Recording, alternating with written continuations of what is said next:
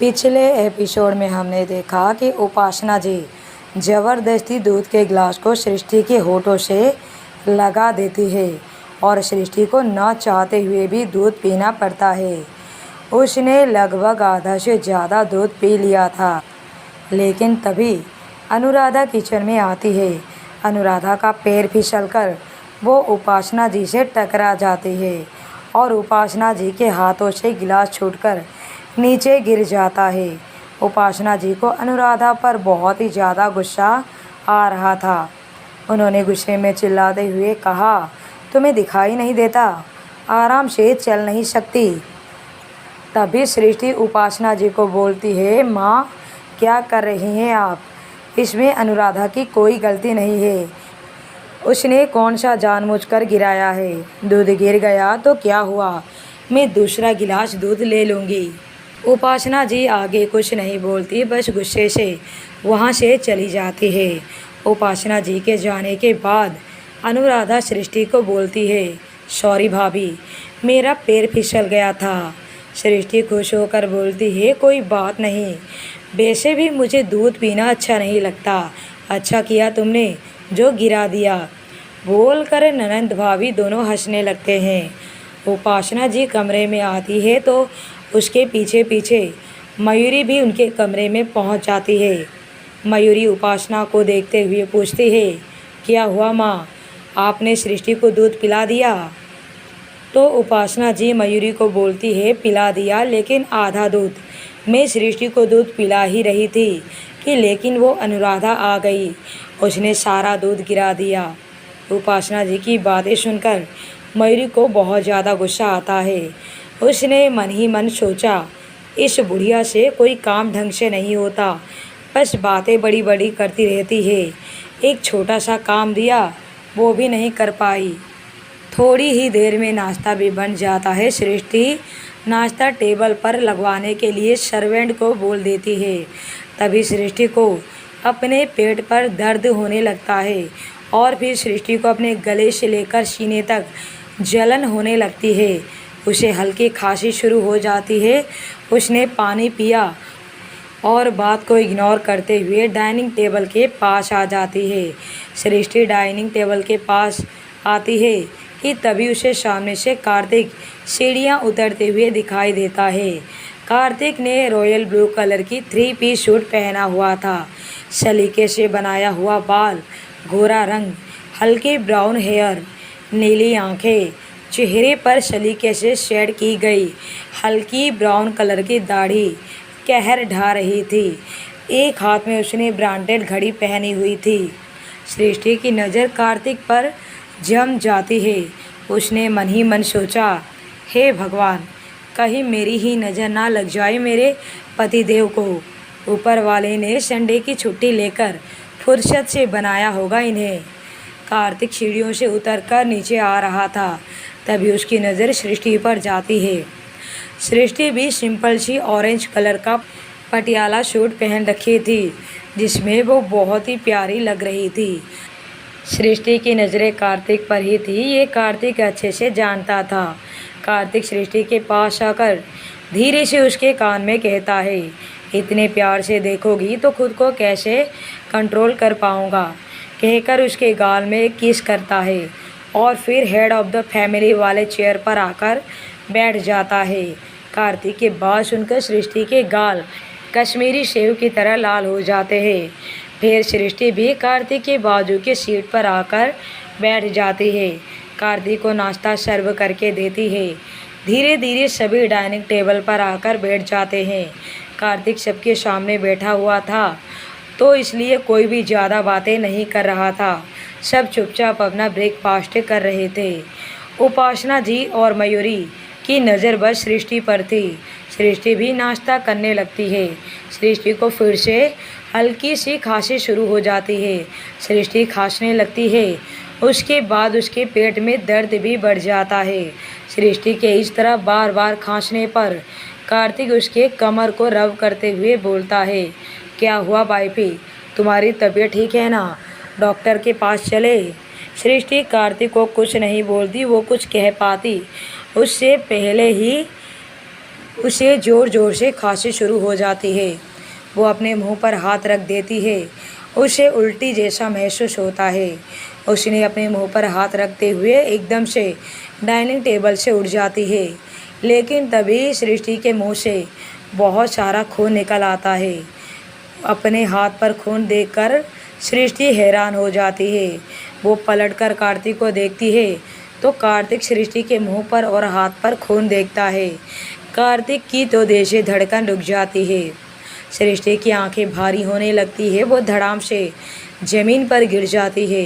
सृष्टि की हालत देखकर कार्तिक, अजय और अनुराधा एकदम से दौड़ते हुए सृष्टि के पास पहुंच जाते हैं।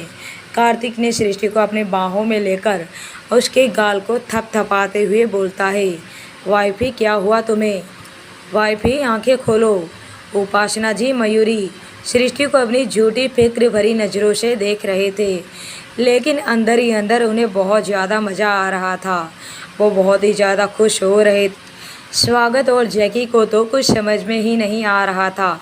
वो तो बस हैरान होकर सृष्टि को देख रहे थे। अनुराधा और अजय सृष्टि को आवाज़ लगा रहे थे। सृष्टि अपनी अधखुली नज़रों से कार्तिक को देख रही थी। सृष्टि की आंखों में आंसू बहने लगते हैं। उसने कार्तिक की शर्ट को पकड़कर अपनी लड़खड़ाती हुई जुबान में कहा, मुझे मरना नहीं है कार्तिक, प्लीज़ मुझे बचा लीजिए। मुझे मरना नहीं है, मैं आपके साथ जीना चाहती हूँ। इतना बोलकर सृष्टि के हाथ ज़मीन पर गिर जाता है। वो पूरी तरह से बेहोश हो जाती है। कार्तिक तो जैसे भूत बन जाता है। अनुराधा और अजय भी बहुत ज़्यादा डर जाते हैं, लेकिन तभी अनुराधा सृष्टि का हाथ पकड़कर उसकी नब्ज चेक करती है। फिर उसके दिल पर अपना सिर रखकर उसकी धड़कनों को सुनने लगती है। सृष्टि की नब्ज तो अनुराधा को महसूस ही नहीं हो रही थी, लेकिन दिल की धड़कन बहुत ही धीरे सुनाई दे रही थी।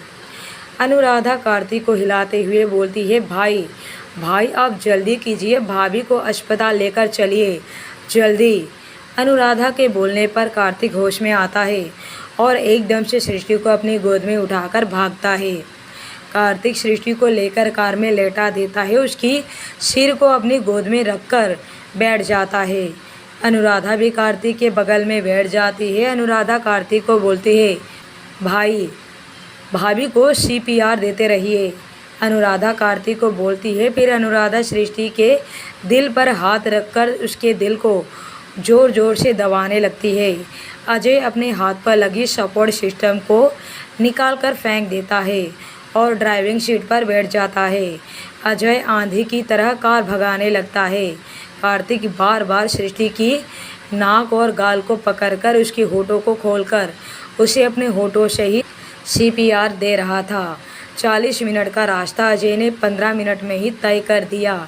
अजय की गाड़ी हॉस्पिटल के बिल्कुल दरवाजे के पास आकर रुकती है। कार्तिक सृष्टि को अपनी गोद में उठाकर डॉक्टर चिल्लाते हुए हॉस्पिटल के अंदर लेकर जाता है।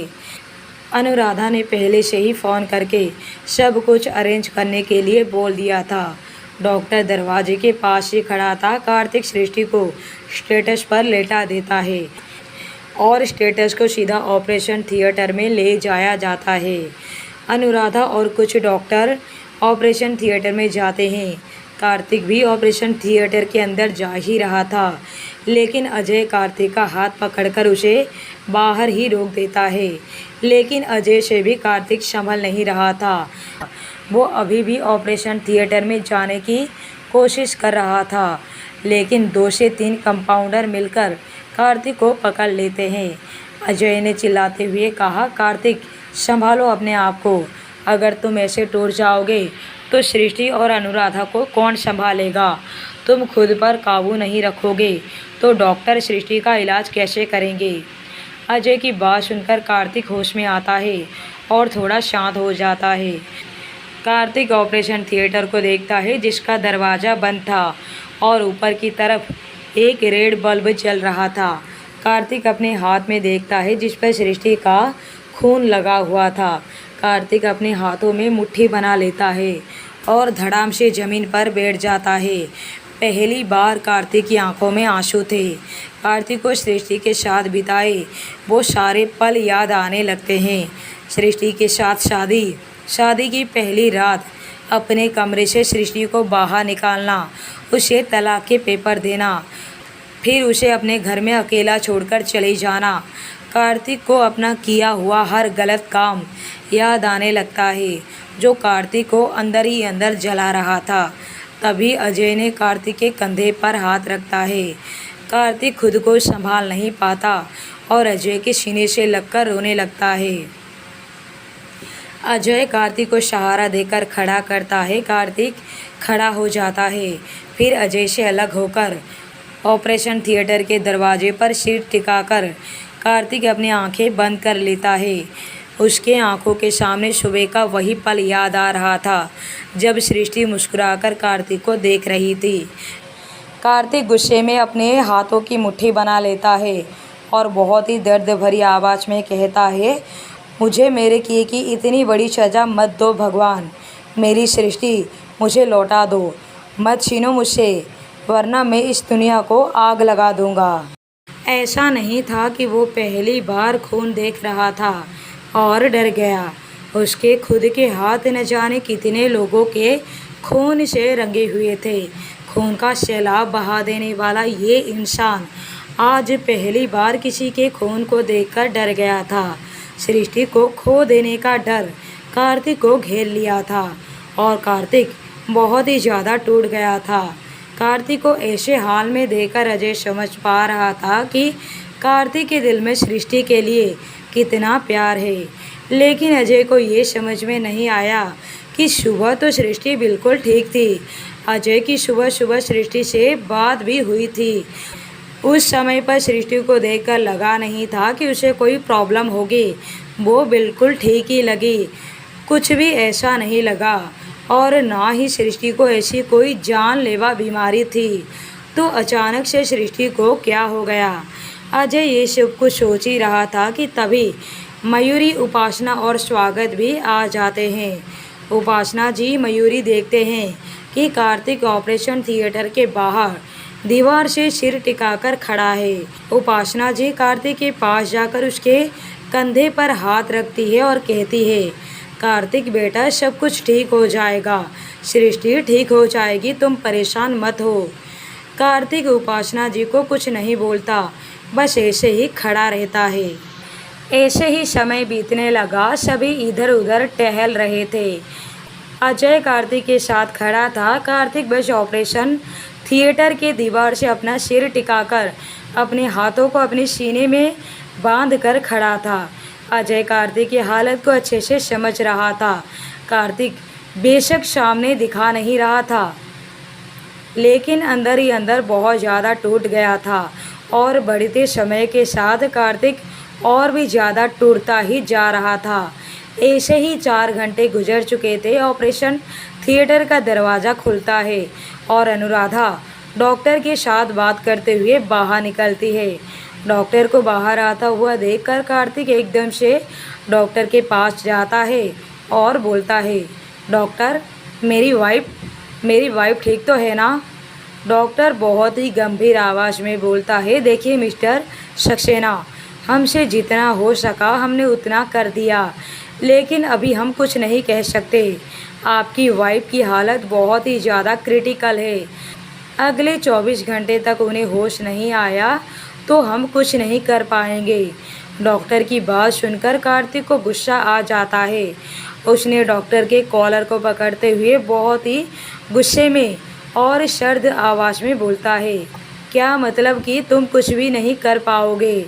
अगर मेरी बीवी को कुछ हुआ तो मैं तेरे पूरे परिवार को तेरे साथ जिंदा जला दूंगा। तभी अनुराधा कार्तिक को संभालते हुए बोलती है, भाई आप शांत हो जाइए, भाभी को कुछ नहीं होगा, आप मेरे साथ चलिए, मुझे आपको कुछ बताना है। अनुराधा ज़बरदस्ती कार्तिक का हाथ पकड़कर कार्तिक को खींचते हुए वहाँ से अपने कैबिन की तरफ ले जाती है और डॉक्टर को भी अपनी साथ आने का इशारा करती है।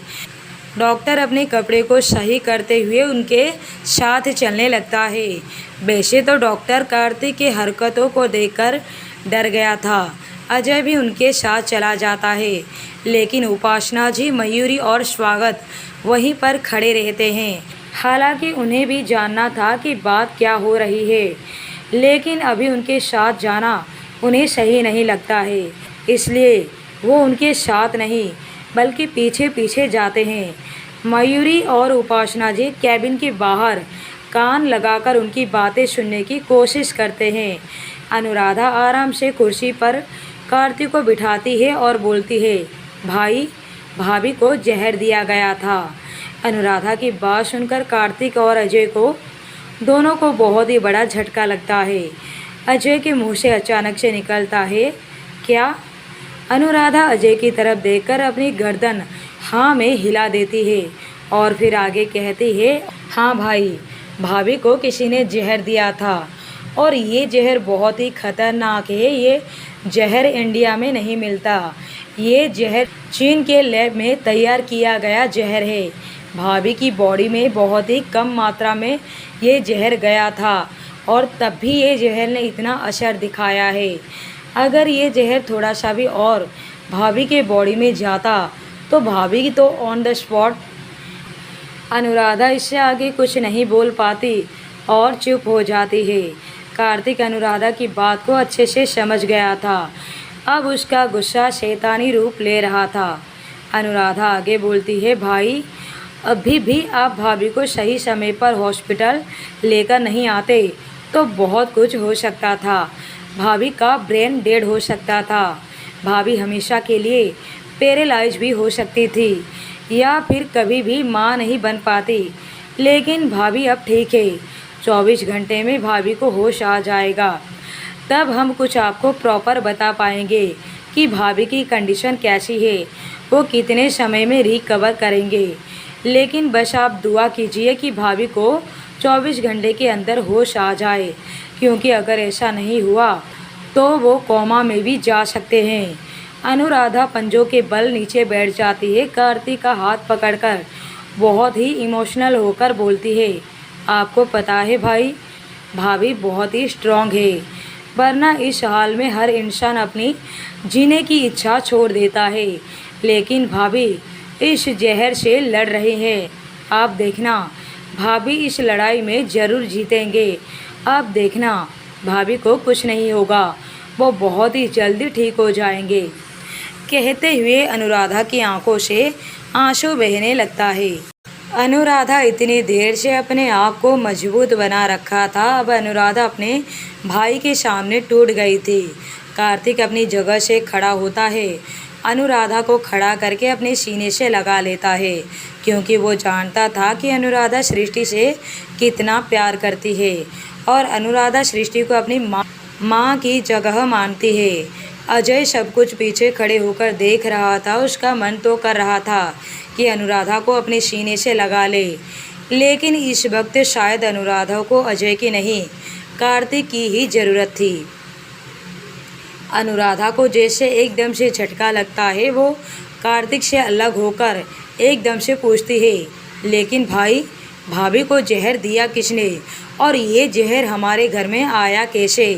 ये सुनते ही बाहर दरवाजे पर खड़ी उपासना जी और मयूरी की हालत डर से खराब होने लगती है। दोनों के ही पैर कांपने लगते हैं, दिल घबराहट से जोर जोर से धड़कने लगता है।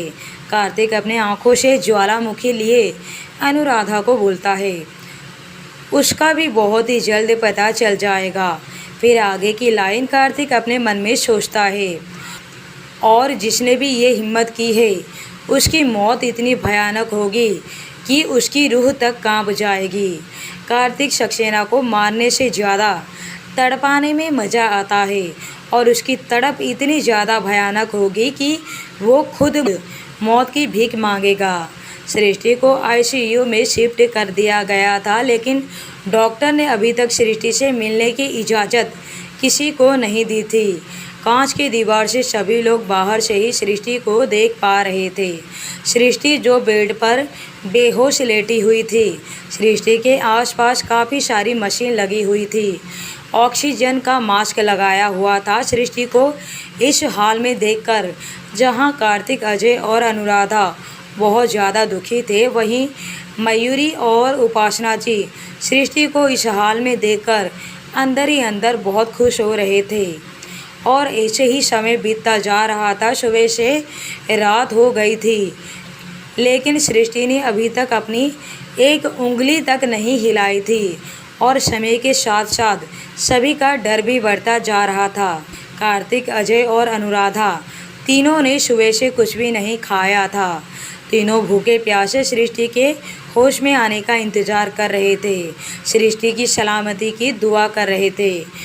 रात को स्वागत मयूरी और उपासना जी तीनों घर वापस चले गए थे। अजय ने तो अनुराधा को घर जाने के लिए कहा भी था, लेकिन अनुराधा जिद करके हॉस्पिटल में ही रुक गई। देर रात हो चुकी थी। कार्तिक एक बेंच पर बैठा हुआ था। अनुराधा कार्तिक की बाजू में ही बैठी हुई थी।